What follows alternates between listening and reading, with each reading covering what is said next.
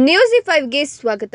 ಪಿರಿಯಾಪಟ್ಟಣ ತಾಲೂಕಿನ ಹಲವೆಡೆ ಮಳೆಯಿಂದಾಗಿ ಹಾನಿಯಾದ ಸ್ಥಳಗಳಿಗೆ ಭೀಮ್ ಆರ್ಮಿ ಸಂಘಟನೆ ಜಿಲ್ಲಾಧ್ಯಕ್ಷ ಗಿರೀಶ್ ಹಾಗೂ ತಾಲೂಕು ಅಧ್ಯಕ್ಷ ಚೌತಿ ಮಲ್ಲಣ್ಣ ಭೇಟಿ ನೀಡಿ ನೊಂದವರಿಗೆ ಸಾಂತ್ವನ ಹೇಳಿ ಸೂಕ್ತ ಪರಿಹಾರ ನೀಡುವಂತೆ ಸರ್ಕಾರವನ್ನು ಆಗ್ರಹಿಸಿದ್ದಾರೆ.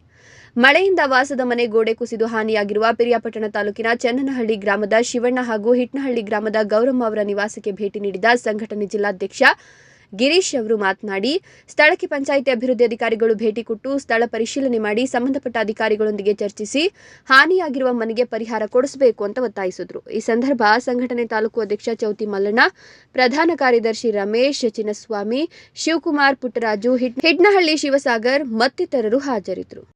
ಸ್ನೇಹಿತರೆ ನಮಸ್ತೆ, ನಾನು ಭೀಮ್ ಆರ್ಮಿ ಗಿರೀಶ್ ಅಂತೇಳಿ.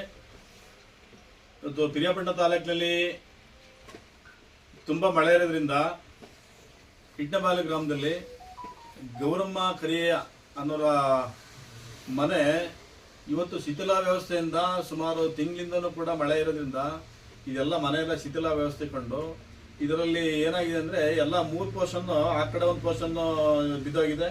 ಮತ್ತು ಇದೊಂದು ಇಲ್ಲಿಂದ ಇಲ್ಲಿ ತನಕ ಸುಮಾರು ಒಂದು 20 ಅಡಿ ಅಷ್ಟು ಗೋಡೆ ಬಿದ್ದೋಗಿದೆ.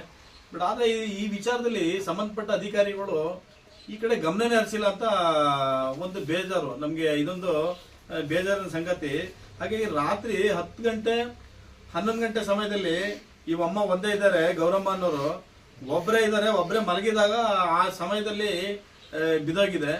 ಏನಾದರೂ ಈ ಅಮ್ಮನಿಗೆ ಹೆಚ್ಚು ಕಮ್ಮಿ ಆಗಿದ್ರೆ ಸರ್ಕಾರ ಹೊಣೆ ಆಯ್ತಿತ್ತಾ? ಏನೋ ಸತ್ತೋದ್ರು ಅಂತ ಹೇಳಿ ಏನೋ ಒಂದು ಮಣ್ಣು ಮುಚ್ಚಿ ಏನೋ ಒಂದು ಅಷ್ಟೋ ಇಷ್ಟೋ ಕಾಸು ಕೊಟ್ಟು ಸರಿ ಮಾಡ್ತಿದ್ರು. ಹಾಗಾಗಿ ನೋಡಿ, ಇಂಥ ನಿರ್ಗತಿಕರಿಗೆ ಬೇಕಾದಷ್ಟು ಕೇಂದ್ರ ಸರ್ಕಾರ ಆಗಿರ್ಬೋದು, ರಾಜ್ಯ ಸರ್ಕಾರ ಆಗಿರ್ಬೋದು, ಯಾವುದೇ ಒಂದು ಸರ್ಕಾರ ಆದ್ರೂ ಕೂಡ ಇವತ್ತು ಬೇಕಾದಷ್ಟು ಸವಲತ್ತುಗಳಿದೆ. ಈ ಮನೇನ ನೋಡಿ, ಈಗ ಇಂದಿರಾ ಆವಾಸ್ ಅಂತ ಇದೆ, ರಾಜೀವ್ ಗಾಂಧಿ ಆವಾಸ್ ಅಂತ ಇದೆ, PM ಕಿಸಾನ್ ಅಂತ ಇದೆ.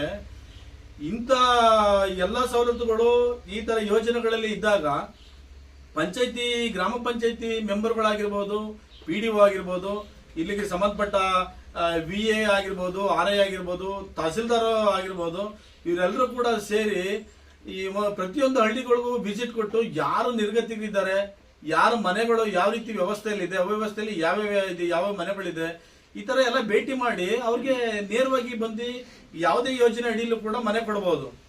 ಬಟ್ ಈ ರೀತಿ ಅಧಿಕಾರಿಗಳು ಎಲ್ಲ ಒಂದ್ ಕಡೆ ನಿರ್ಲಕ್ಷ್ಯ ತೋರಿಸ್ತಾ ಇದ್ದಾರೆ. ಈಗ ಇಂಥ ಮನೆಗಳು ಬಿದ್ದೋದಾಗ ಆ ವ್ಯಕ್ತಿ ಪ್ರಾಣ ಕಳ್ಕೊಂಡ್ರು ಕೂಡ ಇವರು ಅದ್ರ ಬಗ್ಗೆ ಏನು ಕೇರ್ ಮಾಡಲ್ಲ. ದಯಮಾಡಿ ಸರ್ಕಾರ ಆಗಿರ್ಬೋದು, ಸರ್ಕಾರದ ಅಧಿಕಾರಿಗಳಾಗಿರ್ಬೋದು, ಚುನಾಯಿತ ಪ್ರತಿನಿಧಿಗಳಾಗಿರ್ಬೋದು, ಎಲ್ಲರೂ ಕೂಡ ಸೇರಿ ಇಂಥ ನಿರ್ಗತಿಕ ವ್ಯಕ್ತಿಗಳಿಗೆ ನೆರವಾಗುವಂತ ಕೆಲಸಗಳನ್ನ ಮಾಡಬೇಕು. ಮಾಡೋಕ್ಕಾಗಿಲ್ಲ ಅಂತಂದ್ರೆ ಸುಮ್ಮನೆ ನೀವು ಪ್ರಯೋಜನ ಇಲ್ಲ, ಅಧಿಕಾರಿಗಳು ಆಗಿರೋದು ಕೂಡ ನೀವು ಪ್ರಯೋಜನ ಇಲ್ಲ ಅಂತ ನಾನು ಈ ಸಂದರ್ಭದಲ್ಲಿ ಹೇಳ್ತೇನೆ. ಹಾಗಾಗಿ